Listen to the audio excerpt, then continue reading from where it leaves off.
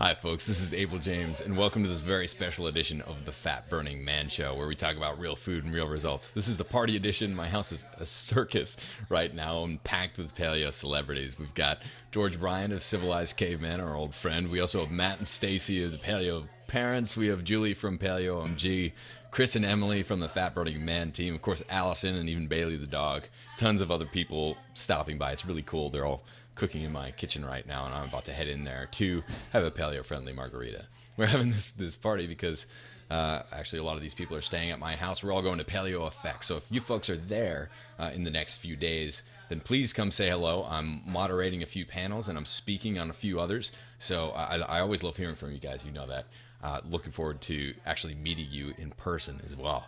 So you may have noticed, too, if you're watching this on Google or on my blog, I'm now doing video. It's like a web TV show. Of course, you guys out there who are listening via podcast or Stitcher or what have you, you can still always listen to the audio, but I'm starting doing video interviews too. I think it's cooler, not that hard to do, the wonders of modern technology. So I'm really looking forward to getting you the highest quality content out there, and actually you can get a little bit closer to what we're up to, getting the visual stuff involved. So let me know what you think. If you have any comments, obviously we're just in my living room here, so it's not like a Fox studio or anything, but it's going to be a lot of fun. If there's anything that you want to send me in terms of getting into video and making this better for you, just let me know. Just shoot me an email at abel@fatburningman.com.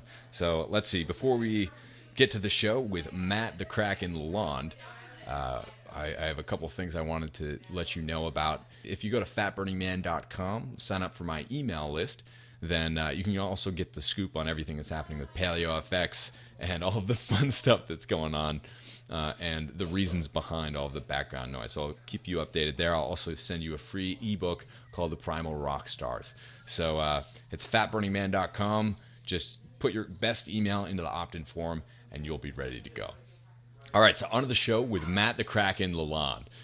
We talk about how the sausage is made to create Matt's nutrient density framework, how Matt earned the fitting nickname the Kraken, the most invalid arguments made by paleo folk, and tons more. All right, let's go hang out with Matt. All right, folks, Matt Lalonde, the Kraken, is a chemist at Harvard University with a focus on human metabolism, nutritional biochemistry, health, and athletic performance. He's also one of the most unreasonable men in paleo. What's cooking, Matt? Hey, not much. Unreasonable. I like that. I like that too. Yeah, my core training as a scientist just forces me to question everything, and I just wind up pissing off a lot of people. So, You may need unreasonable, that. unreasonable sounds pretty good to me. It's so funny. And sometimes I go into paleo hacks, and it's always like Matt Lalonde versus someone, just like Which your is line of thinking versus someone else. It's so interesting. which is weird because I actually don't participate in social media a whole lot. So I'm Yeah. like, who am I? Who am I again? So I mean, I call out just about everybody in my seminar. I do give a seminar who is incorrectly using scientific data or manipulating scientific data Hmm. or creating trials to prove their point as opposed to answer a question, which should actually be done. I'll call out those people, Yeah. but I'm not selective. It doesn't matter to me if you're paleo, vegetarian, low carb, high carb. If you did something wrong and I disagree with you, I'll call you out on it. Right. And I so that begs the question also. I've asked around a little bit. How did you get the nickname the Kraken? I'm not sure if it's taboo or not. No, that comes from Rob Wolf. We are in an email exchange with a few folks. We send out papers, ask questions, stuff like that. And sometimes I'm pretty busy and I can get fairly impatient. And like someone will ask a question that has already been asked before, or I've already sent out all the literature on it. And whenever that would happen, I would just like hit them with like a buttload of science. Like, here, I gave this to you last week, damn it, just read it. And they would compare that to like the Kraken crushing a city with its tentacles, just like, I love here you that. go. And you embraced the Kraken. I mean, I can't get away from it, actually. It's pretty awesome. I think it's a great nickname, and it suits you. So, can we do this? Can you explain, just generally speaking, what the difference is between good science and bad science? So in the realm of science, we study the scientific method, which is, and anyone can go to like Wikipedia or something like that and look it up. There's about 10 steps to it, but it's how you set up your experiment in order to make sure that you are not letting your own personal biases get in the way. So, how you set up the experiment, how you gather the data, how you analyze that data, the conclusions that you reach based on that data, all of those things are going to determine whether or not you're doing good science or bad science. Hmm. And if you are a scientist who is not interested in finding the right answer, but interested in being right. Yeah. There's a lot of people out there that are just interested in being right. You can manipulate the system at any one of those points, or all of them if you wish, and create something that will give you the answer that you're looking for. Yeah. And you can publish that, unfortunately. Even though there's peer review in the system, you can publish that. There are ways to get really bad science published. There's also ways to get really bad science retracted. Yeah. But that to me is what constitutes bad science, is really someone who is biased, obviously Hmm. biased, and is looking for something that will support their vision Yeah. and not necessarily looking for the truth or letting the data speak for itself. They're Right. just manipulating things because they want a particular outcome. That's not your job as a scientist. In fact, Right.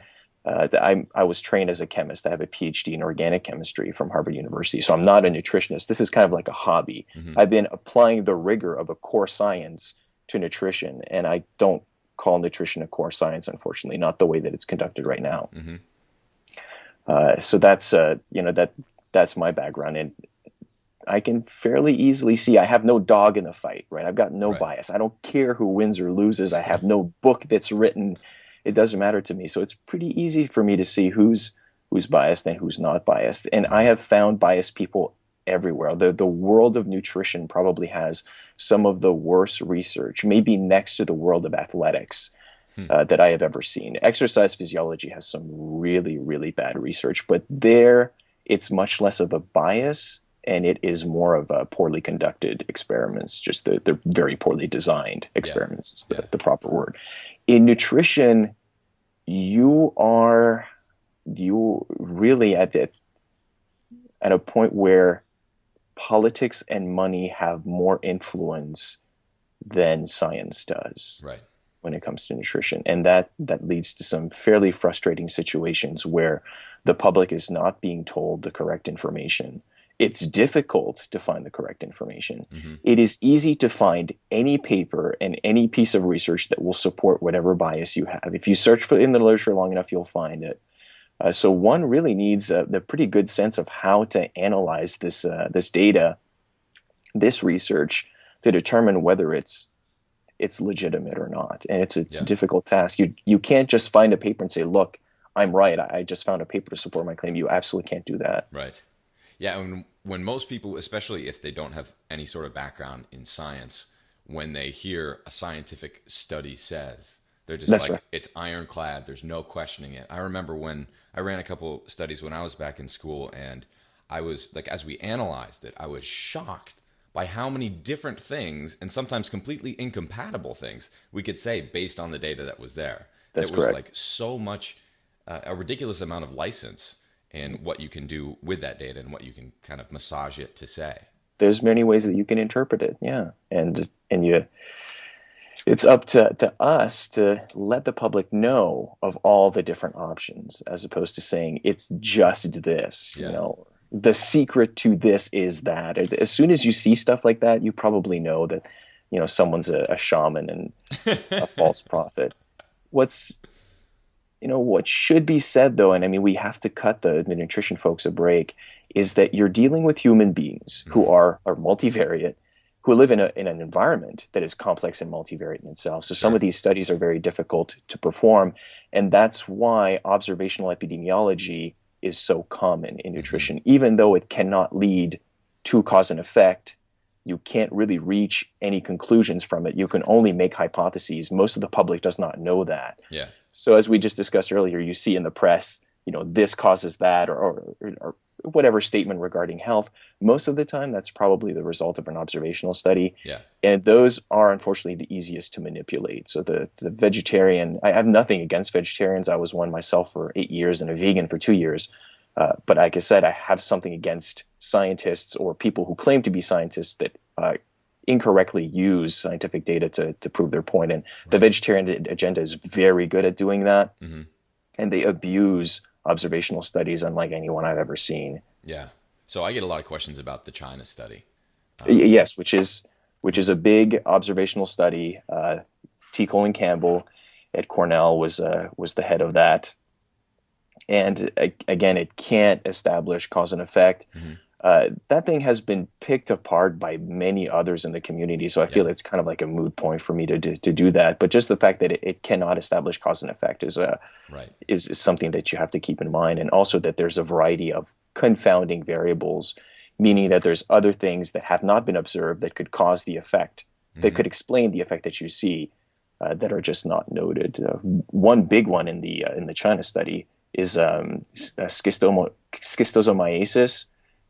It's an infection. It's related to colon cancer, and that explains a lot of the what you see between cholesterol levels. And because when you get an infection, your cholesterol levels will increase. The LDL particles are part of the immune system. Lipoproteins are part of the immune system. They just shuttle away dead components of the bacteria and stuff like that. And then that virus was associated with colon cancer, and it turns out that increasing meat consumption does indeed increase cholesterol. But if you look at the direct correlation, not the confounding variables, the direct correlation between eating meat and cancer, it's not there. There's nothing that's significant. So right there that T. Colin Campbell was a fraud, because in order to make his point, he had to insert a confounding variable. He had to insert cholesterol. So he can't correlate meat directly with cancer. He has to correlate meat with cholesterol and then cholesterol with cancer. And cancer is a type of infection. So when you have that, your cholesterol is going to go up. It's crooked all around. So I was a vegetarian also for a period of time. I think a lot of people who find their way to paleo kind of dip their toes in it at some point. But paleo people aren't 100% correct either. In fact, far of from course it. not. And you talk about that all the time. So what are some examples of how people go wrong, especially when they're first starting out? So I gave a talk about that at AHS 2011. I thought that people were going to throw some nightshades at me, but they didn't.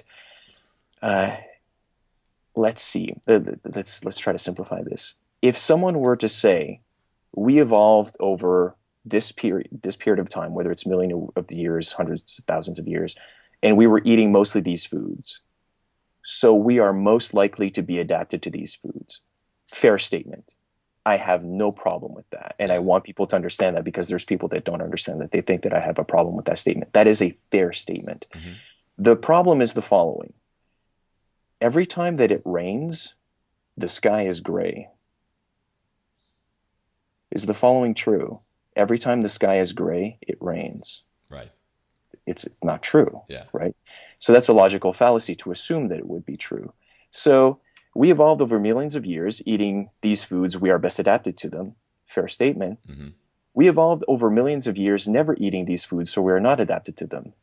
Incorrect statement. Completely incorrect assumption. You cannot assume that because we never consumed a food, we are not adapted to it. And in fact, I had a meeting recently with some Harvard students, and Richard Wrangham, who's a huge evolutionary and diet individual here at Harvard. I shouldn't say diet; it's more evolutionary, but he studies diet within the context of evolution. Sure. And I asked him the question. I said, Richard, pick a point in time in evolution, any point you want, and imagine that at that point in time, none of the species on the planet can eat a food that they've never eaten before. What would happen? And he's like, they would all starve. I'm like, that's correct. They would starve and they would die. I mean, and life would stop and evolution would stop in its tracks. That is correct. So to assume that you cannot consume a substance because you never consumed it before is completely false. In fact, that happened to our ancestors. So we went from things that, if you believe in evolution, went from things that looked like chimp that were eating mostly fruit, came to the ground, started scavenging on carcasses, so eating bone marrow and brains. Then added some tubers to the mix, at some point figured out cooking, and then started hunting animals, eating meat, cooking the meat and stuff like that. So if you look at it from that perspective, what's really interesting too, what I found from my work for last year, is that the nutrient density increases Yeah. along the way. Right. So as you go from fruit to tubers to meat, and you start cooking, you extract more, both macronutrients and micronutrients from the food, the nutrient density increases. And if you look at what happened to our guts and our brains during that time, the guts got smaller because the burden on digestion was much smaller, and our brains got bigger Yeah. because we could extract more calories and more nutrients from the foods that we were eating. So all that in my mind is completely compatible. But this statement of like we've never eaten something, so we're not adapted to it, is completely false. Another one that drives me absolutely nuts is this. It's almost a religious in nature, and I have no problem with religion as long as you realize that it's faith based, whereas science is just it's data driven. Right. You have to question in science, whereas you have to accept in religion. Sure.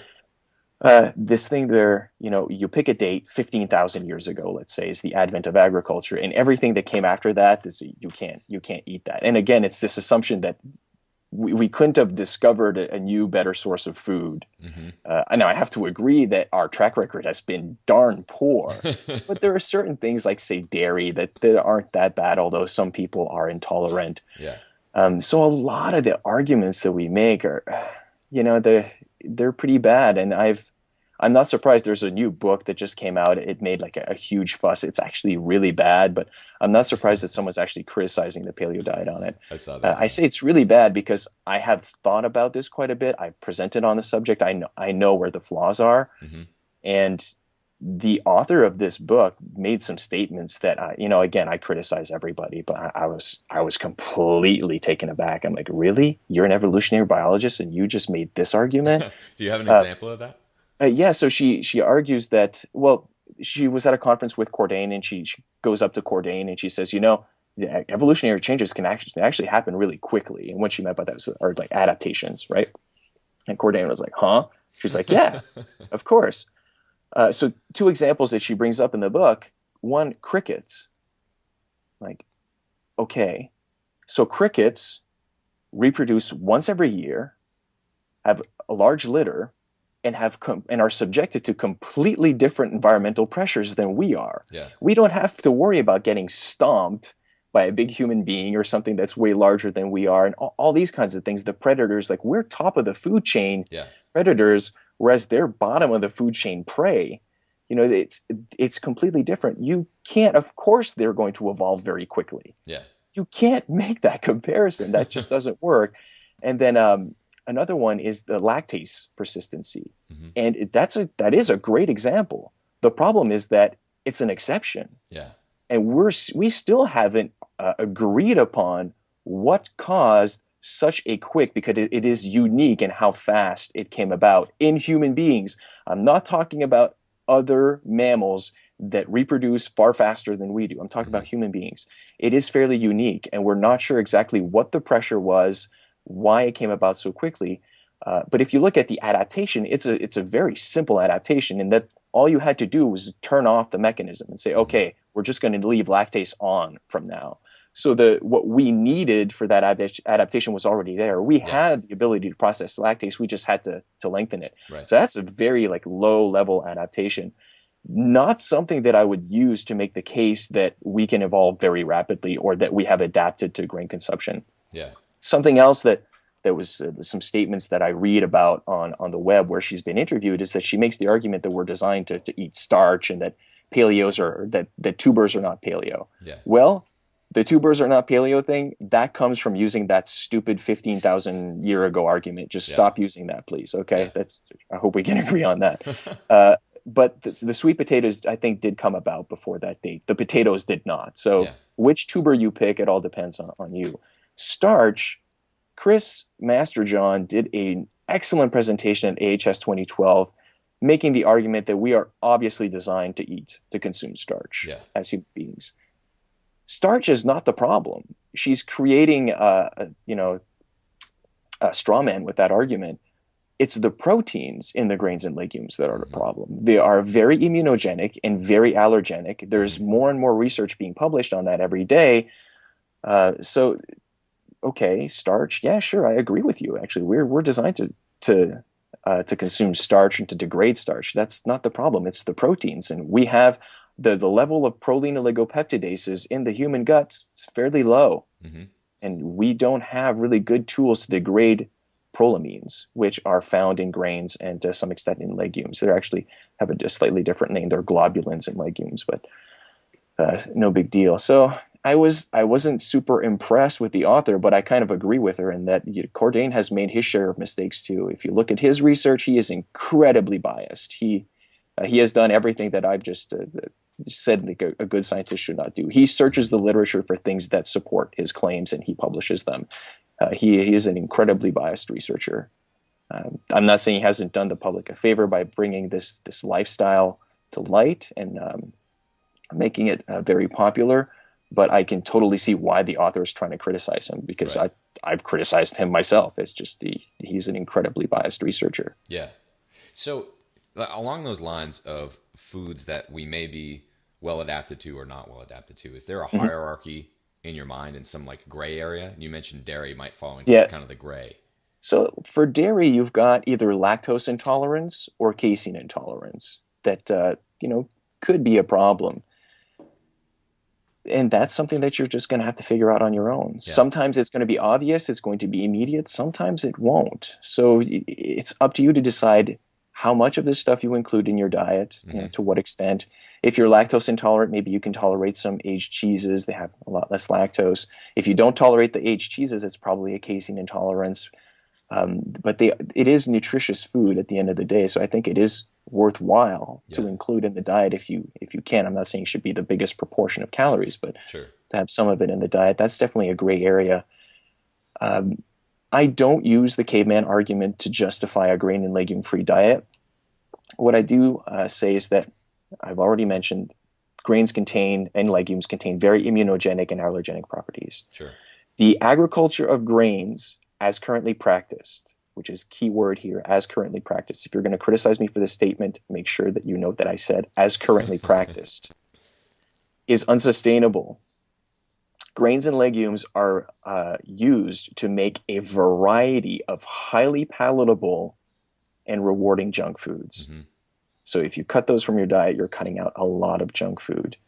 But then there's something to be said for people who like focus on paleo desserts. I'm like, you're missing the point. Hmm. Really, you're missing the point. And then nutrient density, as I talked about in my AHS 2012 talk, it turns out that grains and legumes are fairly nutrient poor. I'm going to give an updated version of that talk because Oh, cool. I stress test the data after the talk, and it turns out that standardization was not the best technique to use because there was too much variation in the data. So Really? instead of using a standardization, I just divided all the nutrients by their RDA, Hmm. which brings everything within the same order of magnitude and makes them unitless, so I can use the same definition again. So I think using those four criteria, you can make a very, very good case against wheat. Now, if someone says, well, I'm going to pick the grain that has the highest nutrient density, like quinoa, Yeah. and has the less documented negative health effects, then can I have some of that? I'm like, you can have some of it if you don't have any reactions to it, but don't make that 70% of your Yeah. calories. The same with legumes. Again, they appear. If you've watched my HS 2012 talk, there's someone Yeah, I was there. that I dismissed immediately. The first person that asked the question, I dismissed immediately for a couple of reasons. One, that person made a statement, seemed to me like he was very biased, probably coming from the Weston A. Price Foundation. There, I just bashed someone else. Actually, the Weston A. Price Foundation is not all that bad, but they have their biases too. Legumes being one of them, Yeah. properly prepared legumes. The person said that I did not treat legumes fairly. Actually, he's completely wrong, and it's the opposite. It's the opposite because my model does not take into account bioavailability. And Hmm. if you look at legumes, if you look at grains, they contain a variety of compounds. They have phytates, they have oxalic acids, they have tannins, the polyphenols, all that stuff. They bind to a variety of minerals and prevent you from absorbing them. Yeah. In my model, I'm assuming that you're absorbing everything that's there, which is never the case. No Yeah. matter what you eat, that is never the case. So I'm actually treating them more favorably, Hmm. not less favorably. But if you look at them using the four criteria that I just gave you, the legumes are slightly more nutrient dense. and their agriculture might be sustainable. I'm not an expert on that, Yeah. and I mean, they're certainly oftentimes used to add nitrogen to the soil, so there's a bit more of a benefit, but then it all depends on how you do the agriculture, of course. Hmm. That's not the only thing that will help the soil. If you still rip everything off at the end and don't leave any cover, then you're still destroying the soil. Right. Um, So yeah. where does that leave Matt? Like, what are you eating day to day? And do you have too much information that you're like a little No, bit no, nervous? not at all. Okay. So I have protein at every meal. Hmm. Breakfast is going to be either some eggs or a little bit of sausage, some bacon, something like that. Pretty quick in the morning. I have a very small breakfast. During the week, it's typically just four hard-boiled eggs, and then I'm Hmm. done. Lunch is going to be some piece of meat on some greens, vegetables, any kind of greens. Everything is cooked, by the way. The raw food diet, I don't recommend. Oh, really? Everything? Um, yeah, everything is cooked. I cook Wow. absolutely everything. Just because you do lose a little bit of nutrients, but you extract more. Yeah. So and if you look at the studies of the people that are on those raw food diets, the women lose their period, the cholesterol levels go in the wrong direction, so do triglycerides. It's actually not a healthy lifestyle. You just can't. I talked about this with Richard Wrangham actually, because he's all about the cooked food. You just cannot extract enough calories and micronutrients from that diet to be healthy. What So about in combination of like some raw foods, some cooked I'm fine with foods? that. Okay. Yeah, I'm Cool. fine with that. So sorry I interrupted you, but Oh, no so problem. you're at lunch. Yeah, so I'm at lunch, and then I'll have like some kind of tuber. I prefer tubers over fruit for carbohydrate, and I do eat carbohydrate. Probably 50% of my calories come from carbohydrate. Wow. I'd say like 30% from protein, and then the 20% from fat. And the fat is no fat that's added. It's just whatever's in the meat. Okay. So I'll have like some greens, some tubers, and then a piece of meat on top of that. And then for dinner, I'll probably have like another steak and tuber kind of deal, like meat and tuber kind of deal. That's Cool. essentially how I eat. So I stick to what, I follow my own prescription, Yeah. and I stick to what is most nutrient dense, which is meat, vegetables, and tubers. Yeah. So that sounds, especially compared to like the primal community, that sounds fairly low in fat.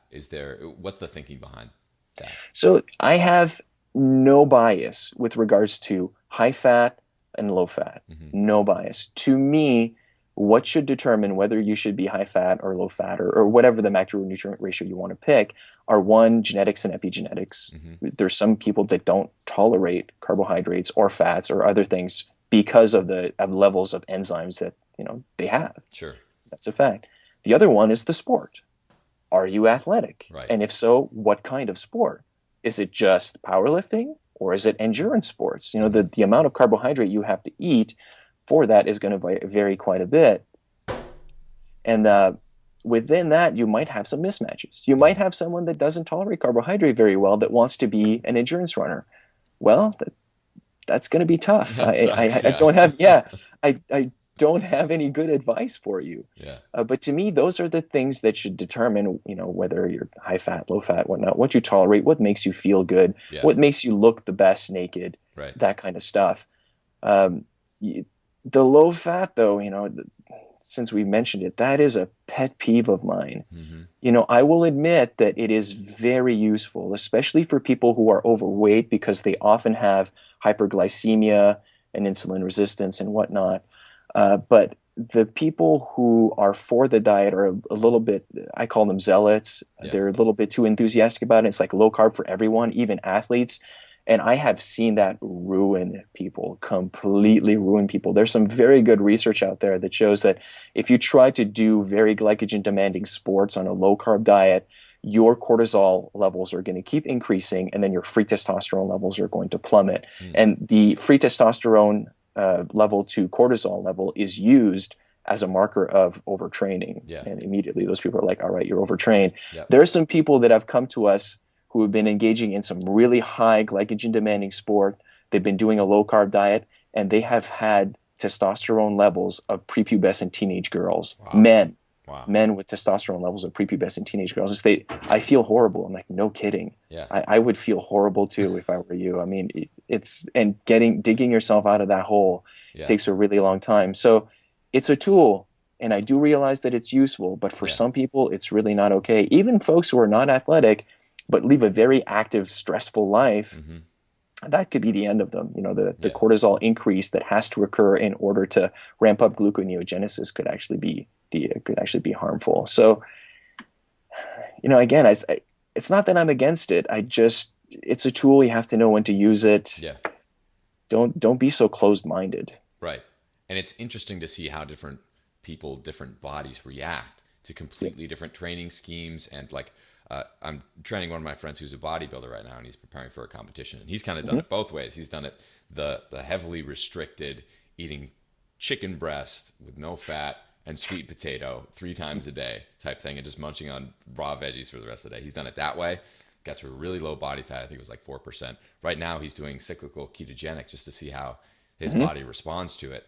And he's in both instances, he's been completely wrecked. Once he gets below, Sure. like 6% Oh yeah. body fat, he's just wrecked anyway. But it seems like keto is working pretty well for him, but it doesn't for everyone. So it's really it's really important for those people out there who are listening to, like Matt is saying, become your own guru, Yeah. because like dogmatism doesn't really work well for anyone, as it turns out. The keto stuff works really well for getting bodybuilders into low body fat numbers. Yeah, But like you said, they're wrecked afterwards. yeah. There's a price to pay for that. If you look at any sport and you're looking like at elite performance, there is a health cost to it. Hmm. There is always a health cost to it. So, I mean, I agree that the healthier you get, probably the longer you're going to live and the better your performance is going to be. But at some point, if you're chasing like really, really elite performance, Yeah, your health is going to take a back seat. And there's just, and I, bodybuilding, yeah, I consider that a sport. yeah. And your health is going to take a back seat if you're looking for really elite, low body fat numbers and all that stuff. Right. Or even getting ready for fitness competitions. One of my friends did one, I think it was a couple years back, and he said, I think he was down to like 5% body fat, something like that. And that weekend, within like 3 days, he put on 30 pounds. It Hmm. was just like he just had a rice cake binge. I'm like, why are you eating rice cakes? Of all things, Of right? all things. Of all But things. yeah, I mean, that isn't something that's to be encouraged, especially with this. And A I lot think, of that was probably water, though, from the glycogen right, that was being repleted. Yeah, so when totally. glycogen is stored in muscles, it takes a lot of water with it. Yeah. But rice cakes. I mean, come on. I think he said he ate 8 packages of chocolate rice cakes. I'm going to have him on the show soon. He'll Okay. remain nameless until he's on, but I thought that was fascinating. And just like you're kind of following what your body really wants and needs at that point, Sure. right? Like that's Sure. exactly what your body is screaming for. So in some ways, actually, maybe that's the best thing that you can do is respond to that in a way Just that a is, lot of yeah, a lot of yeah. cheap carbohydrate. But I would have preferred like potatoes or sweet Oh potatoes. yeah. At least that it comes for nutrients, right? Because as soon as I give that nutrient density talk, there's a lot of people, I can talk about that in a little bit more detail, but I picked essential nutrients. Yeah. People are like, well, why are they essential? And the answer might seem obvious to you and me, but they're not looking for the obvious answer. Hmm. They're not looking for, well, the body can't synthesize them in large enough quantities, so we have to get them from the diet. What they mean is, what are they doing? Yeah. I want to know, what are they doing in the body? And one of the examples I'll often use is that I'll show them glycolysis. And I'll say, listen, when your body burns sugar and sends this acetyl-CoA, into the Krebs cycle, pyruvate to acetyl-CoA into the Krebs cycle to make FADH2 and NADH, which then goes through oxidative phosphorylation to make ATP, which is the energy currency of the cell.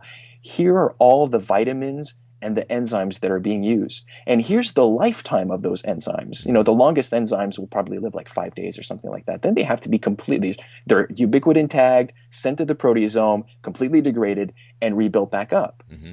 And then the vitamins, they can be recycled too. They're cofactors for a lot of those enzymes. But at some point, you're going to need new vitamins. You can only recycle them so many times before they break down. Kind of like a car, things are spinning. They can only spin for so many times before Sure. things start breaking down. And I tell them, if this breaks down, you can't process your calories anymore, right? Or if you're consuming a lot of empty calories that have no nutrients, what's going to happen? Vitamin deficiencies. Yeah. Right? Is it any surprise that we see vitamin and mineral deficiencies everywhere in this country in North America? Well, no, because we're eating a lot of empty calories. Right. So when I see people just doing some big carb repletion, like, listen, this is not a green light to eat whatever you want. It should still have some nutrient density in it. Yeah, that's really interesting. Now, if we can, I'd love to shift gears a little bit and get your take on something. I've been talking a lot about the state of science and how everyone, like I said before, kind of assumes that it knows everything. But as a scientist yourself, as a Hmm. researcher, and someone who is, knuckle deep in the data a lot, how do you account for the things that science doesn't currently understand or that has yet to be discovered? Oh, that you can't account for that. What I thought you were going to ask is because you seem to be indicating that we always get things right, and that's certainly not the case. Yeah. The process of science is to investigate, look at the data, reach some conclusions based on the data, and then someone else will, or maybe even yourself, will just keep investigating and adding on top of that until at some point you may realize, like, oh my God, we were completely wrong, and Yeah. we have to like take a shift, and that happens all the time. So Hmm. some people get frustrated in the realm of nutrition because, like I said, it's a little bit more like politics, and backpedaling in politics is very unpopular. Yeah. But in science, it happens all the time. It's like, hey, you know what? Listen, we were wrong. We have to start again. And that happens to be interesting. Like Yeah. when that happens, it's interesting. It's like, oh, cool. There's more to study here. There's something else going on. It's more complicated than we thought. Right. Whereas in nutrition and politics, it's the end of the world. Yeah. Can't do that. Now, how do you account for things that you don't know? You can't. You can research. You can, well, we don't know this. Let's try to study it a little bit more. But when I give a talk and I don't know the answer, I don't try to make something up. It's like, listen, Yeah. this is cutting edge right now. Like what I presented is this is what we know at the moment, and I can't go any further. Yeah. And even what I present to you right now, it could be wrong. Hmm. It's Yeah. just my best interpretation of the data that we have. And that's so nice to hear because it's very rare that people, especially It, in your position, will say something like that. Sure. I mean, I'm a scientist, Yeah. at heart. I am just looking for the right answers. I don't care if I'm right or wrong. Yeah. It doesn't matter to me. That's very I mean, cool. I hope that I'm helping people. I'm saying things that are mostly right. But in the details, when it gets to mechanisms and stuff like that, there are things that are going to change Yeah. for sure. Yeah. That's how it's got to be. So, what are some things that you could see shifting in the next 5 to 10 years that might be cutting edge right now, but will become more accepted? Our understanding of what causes autoimmunity.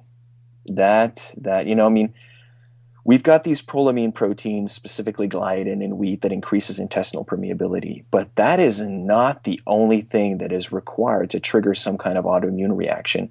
Hmm. Infections can do that too, and exactly what the interplay, then you've got the gut microbiota Yeah. and the interplay between all of those things, and which one is king? Do you require all of them? That kind of stuff. I mean, there's some really, really cool research coming out with respect to the gut microbiota right now. I was recently at a talk here at Harvard by Rob Knight. I would look up his research. He's got all kinds of interesting research with respect to gut bacteria and Cool. microbiota in general. And there's some really interesting stuff that's going to come out. There's already a company. I'm not going to name the company because it's something that he said after his talk. It's not in his talk, and he consults for the company, so it's information that he was privy to, and I'm not going to throw him under the bus. Sure. But he said that there's a pharmaceutical company that studied the type of bacteria that is in overgrowth in a rat's gut when they're fed a ton of junk food and they're obese, found a narrow spectrum antibiotic, meaning that it's mostly targeting that one organism, Hmm. fed that narrow spectrum antibiotic to the rat and cured it of obesity just because it changed the rat's Wow. microbiome in the gut. Yeah. Holy smokes. So that brings like a completely new light on the term obesity epidemic, right? Hmm. Because this has never been considered an epidemic. And I still don't, because transferring microbiota from one gut to another is not something that can be done unless there's some kind of fecal transplant or something like that, right? You can't just sneeze on someone and make them obese. That's not going to happen. But it still has to do with infectious organisms, Yeah. which is very interesting. And our understanding of that is just beginning to get to a place where we can start asking some very interesting questions. Yeah. But yeah, that's some of the stuff that's going to change a lot. That's cool. So it's almost like being obese, or you give that pathogen access, which results in all the metabolic disorders and obesity and that sort of thing. Yeah, so I mean, some of the things that these gut bacteria can do, for one, Many of them that are in overgrowth are gram-negative bacteria. They contain something in their membranes called lipopolysaccharide. It's an endotoxin, which means it's toxic to the liver. It's hepatotoxic. So it can cause some liver problems. The liver is responsible for a lot of things in the body, so having some liver problems is not good. When that stuff gets into the bloodstream, it actually increases the number of LDL and HDL particles, mostly LDL, because the system is on the defense. Mm-hmm. So if you see someone with high cholesterol, it might not be that it's heading toward atherosclerosis, or it's a sign that the person's going to die of a heart attack. It could be the start of an infection or small intestinal bacterial overgrowth, or there's something like that. So we have to be a lot more sophisticated with the questions that we ask, given the data that we have now when we look at people. Those gram-negative bacteria, interestingly enough, there are saccharides in wheat and grains that favor their growth, so that they can ferment and favor their growth. So maybe it's not the protein. Maybe the protein gliadin in wheat is just for people who are specifically allergic to it. They're either intolerant or they have like a gluten sensitivity of some kind. And maybe it's all about the intestinal overgrowth of certain bacteria. Maybe it's all of the above. It's interesting. Those bacteria, when they're in overgrowth, they can also force you to extract more calories from your food.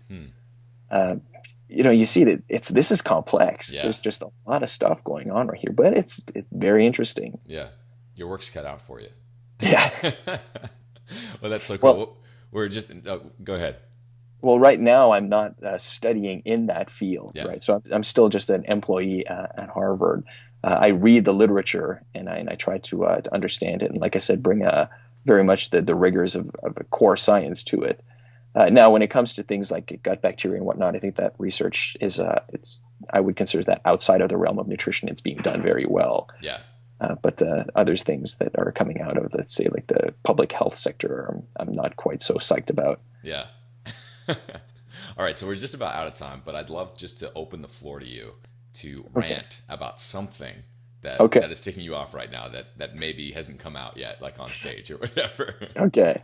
Well, I'm looking back at my slides right now because I have to give that nutrition talk at Paleo FX, and the term nutrient density, from a scientific perspective, to me, all that should be is nutrients divided by volume. By definition, scientifically, a density is divided by volume. It's per volume. There's 3 problems I can think of with that definition, however. One, which nutrients? We have to agree on something. Right. Which nutrients? Now, if you're looking at one particular nutrient, that's fine. That's the nutrient density of that's fine. But if you're looking at a score, you want to rank something, then we have to agree on the nutrients. Right. 2, nutrients are present in very different quantities in the body. Some nutrients like calcium are always going to be present in like thousands of milligrams. Others are always going to be present in like 1 to 2 milligrams. Right. If you add up the nutrients, then there's an overemphasis on calcium, and it's not fair. Some nutrients might be present in milligram quantities, others in microgram quantities. You could convert the micrograms to milligrams, but then again, you have the same problem I just noted. The emphasis of the micrograms on the score is almost irrelevant. Yep. Or your other option is that you can't add them up. You'll have to find some way to deal with that. And then 3 is the volume. Yeah. Something like bread has a ton of volume that's air. You can't, it's pretty difficult to use volume unless you powder or, put everything in a blender or liquefy everything to make it, and then I can imagine some problems arising from that. If you've got some air sensitive polyunsaturated fatty acids, they'll oxidize, you're changing the food. But we do, in our mouths, mash the food to a certain extent, and we do that. So the volume can be taken care of pretty easily. You just use mass instead. And the mass of air doesn't count, obviously, so the bread is not a problem. The nutrients, you then have to agree on something. And to me, from a scientific perspective, again, unbiased, the obvious thing is essential nutrients. Because they're essential, right? I mean, why am I looking at like polyphenols and beta carotenes? And well, maybe if you're a vegetarian bias, you want to make vegetables look really good, you can do that. And that's what certain people have done. They've even gone as far as, taking out vitamin B12, And just the people who are, because there is no accepted definition, and because of those problems I've just noted, people have gotten really liberal with Sure. how they calculate scores, and they're now putting saturated fat in the denominator and all that stuff. And I'm like, no, no, no, no, that does not belong there. Yeah. That absolutely does not belong there. So, like I said, in order to address that and to eliminate all those biases, I changed that definition, and it's now the sum of essential nutrients divided by the mass. But for the essential nutrients, each one is divided by its RDA. Hmm. That does the job of eliminating the units, so the milligrams and micrograms, so you can add up everything. And it also brings everything within similar orders of magnitude. So you're not putting too much emphasis on one Yeah. versus another, because the standardization doesn't work. And then I'll present that new work, that revised work, if you will, at Paleo Effects. Um, there have been some few changes within the rankings, like within food categories, but the food categories themselves, they're still where they were at earlier. Oh, really? Yeah, yeah, and in Cool. fact, greens and legumes look even worse, Oh, no way. um, even though I haven't taken bioavailability into account. Yeah. So it's this whole nutrient density thing is really, really aggravating me right now. It is clear that the vegetarian agenda has taken a hold of it. It's running with it. It's incredibly biased, especially if you look at Joel Furman's Andy system. I mean, I could not come up with a more biased system than that. It's fairly obvious from how they calculated it. So we need to have this discussion. Yeah. We really do. This I'm going to try to see if I can publish something in a nutrition journal. My guess is it's going to be difficult because, again, a lot of nutrition journals have like top vegetarian folks at Right. the editorial board. Hmm. But this has to be defined. This has to Right. be fixed because right now it's being used and abused more often than a midget in a Nine Inch Nails concert. It's just, it's got to stop. Well, you can always publish it on my blog.